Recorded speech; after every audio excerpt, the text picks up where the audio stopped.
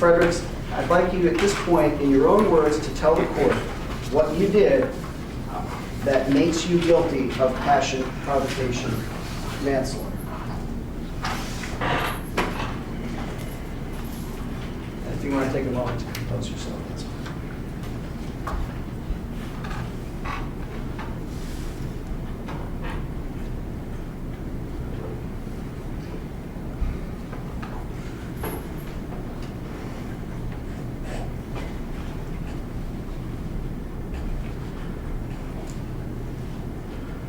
From the time that I was 8 years old,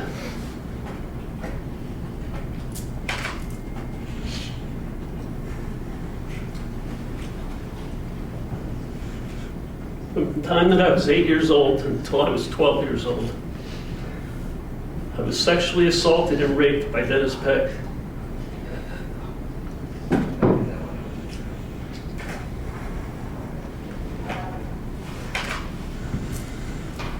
It started out with him wanting to touch my scar that I had from open heart surgery at the age of 6. It progressed to wrestling matches and eventually led to him raping me.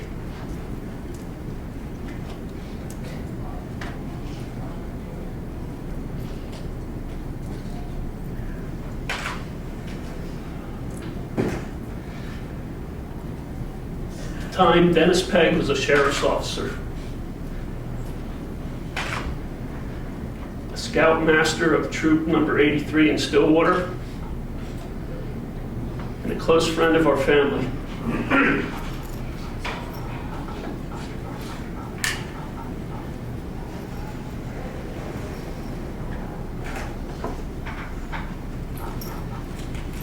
Dennis Pegg told me that he had sexual relations with a close family relative and also my childhood friend, Jeff Hall. He described those relations in detail, and I believed him.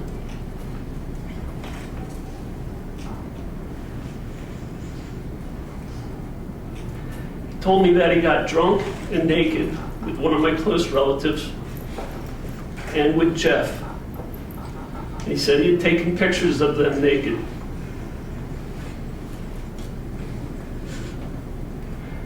He showed me Polaroid photographs that he said he had taken of other young boys and men unclothed.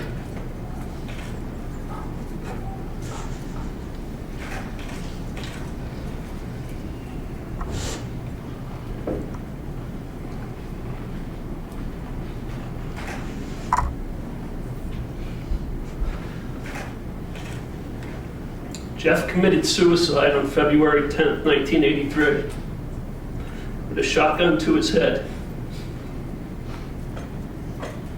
I was a junior in high school.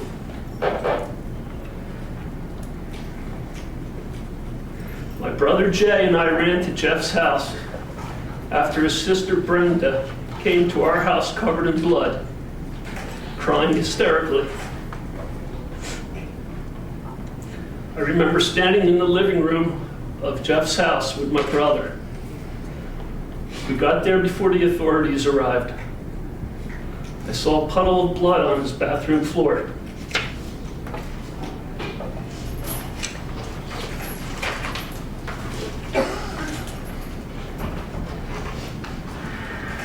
I will always believe that Jeff killed himself as a result of Dennis Pegg's abuse. As an adult, I visited Jeff's grave at least twice a year. Every Christmas Eve, I went to visit him.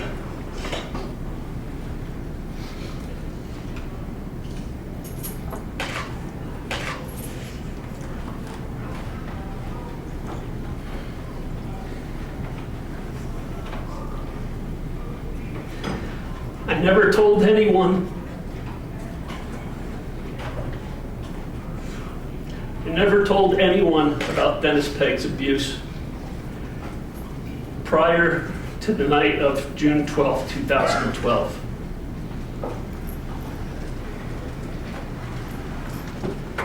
Part of the abuse was psychological. Dennis controlled me by torturing and killing animals in front of me saying he would do the same to me if I ever told anyone about our secret.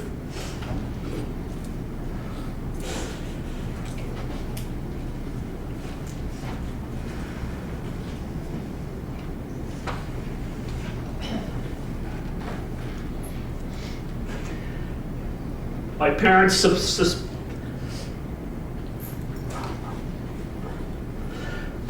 suspected that I had been abused.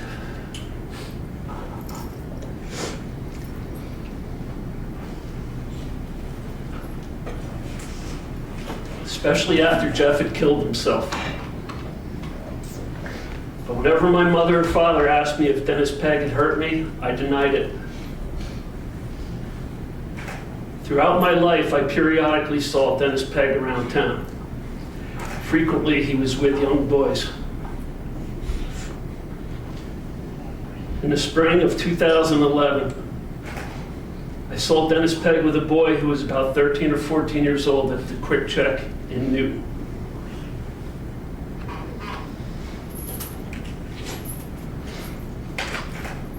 I immediately suspected that he was molesting the boy.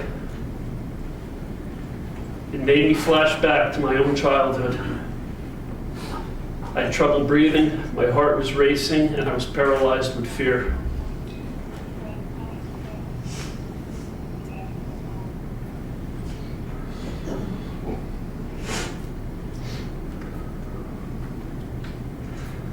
For all those years after Dennis Pegg raped me, he was still untouchable because of who he was and what he represented. He was a respected law enforcement officer. He was an expert with guns. He was a Boy Scout leader.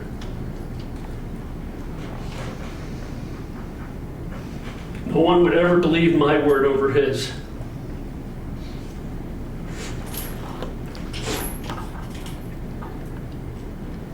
In November of 2011, Jerry Sandusky from Penn State was arrested. This also caused me to flash back to my childhood abuse at the hands of Dennis Pegg. I followed media reports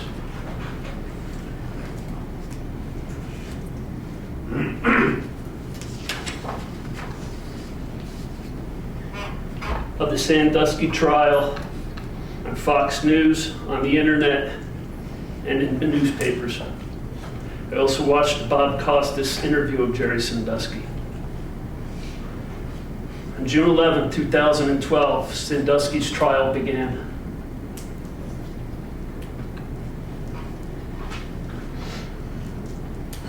I watched television coverage of Sandusky getting out of his car with his lawyer, and I saw the smirk on his face.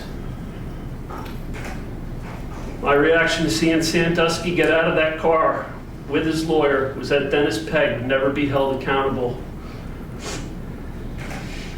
for what he'd done to me, a close relative of mine, and to Jeffrey. The realization that Dennis Pegg would get away with molesting us, destroying our lives, and taking Jeff's life caused me great pain.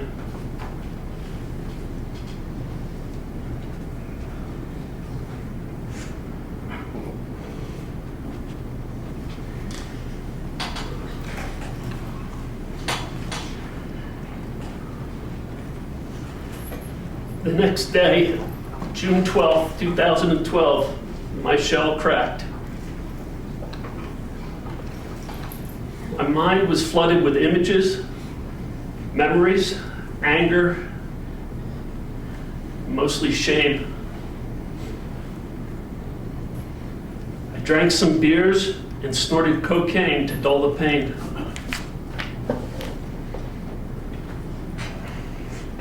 I went to the restaurant Tuscany Bistro and had dinner and some wine.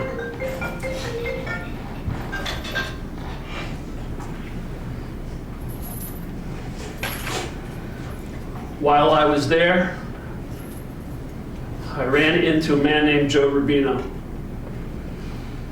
who I had an earlier dispute with over a Harley-Davidson Softail. The dispute ended up in court. I went over to Joe Rubino's table, threatened him, told him I would come find him at his car dealership where he worked. I left Tuscany Bistro, drove to a bar down the road called the Greeks. There I drank more alcohol. I then went home to my house located at 914 West End Drive in Stillwater. And I met up with a friend called Bob Reynolds, roughly at 9:30 p.m.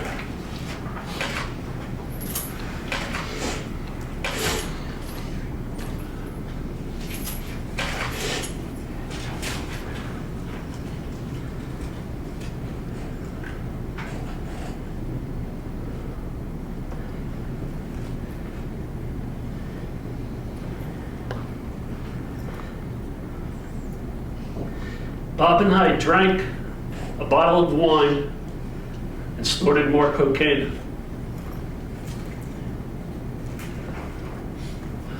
While we were sitting at my kitchen table, I remember sharpening a kitchen knife.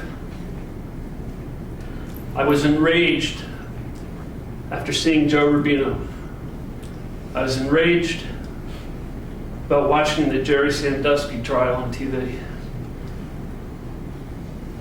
And I was enraged with all my thoughts and memories of Dennis Pegg.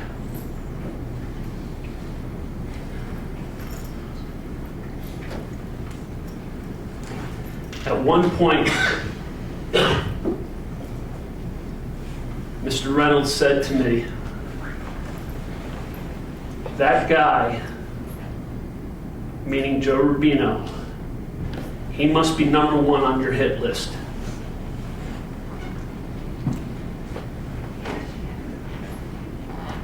I could no longer keep my secret inside.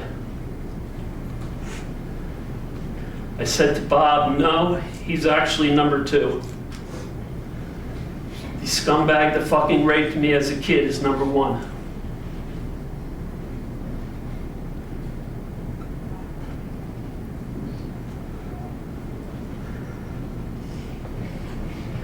Bob's response back to me was, "Let's go get him then."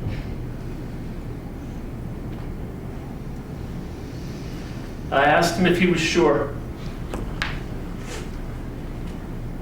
His reply was yes. I said, "All right, let's go get him."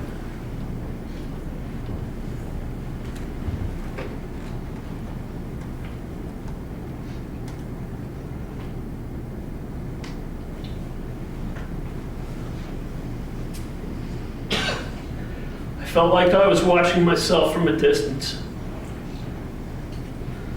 We took the kitchen knife that I had been sharpening, and the very same hunting knife that Dennis taught me as a young boy how to sharpen. I took the hunting knife and gave Bob the kitchen knife. Bob drove us there in his van as I gave him directions.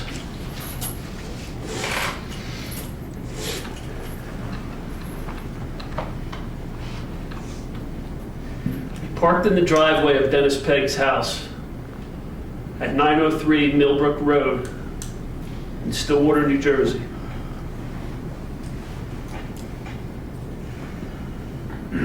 Through the window, I could see Dennis sitting in a chair. The main door was open, and we walked in. I started stabbing Dennis. I said over and over to him, "How does it feel raping little kids now?" I also repeated, "It's not so fun raping little kids now, is it?"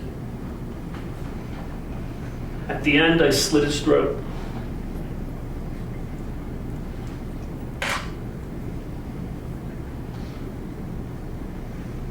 At one point, I accidentally stabbed myself in the hand.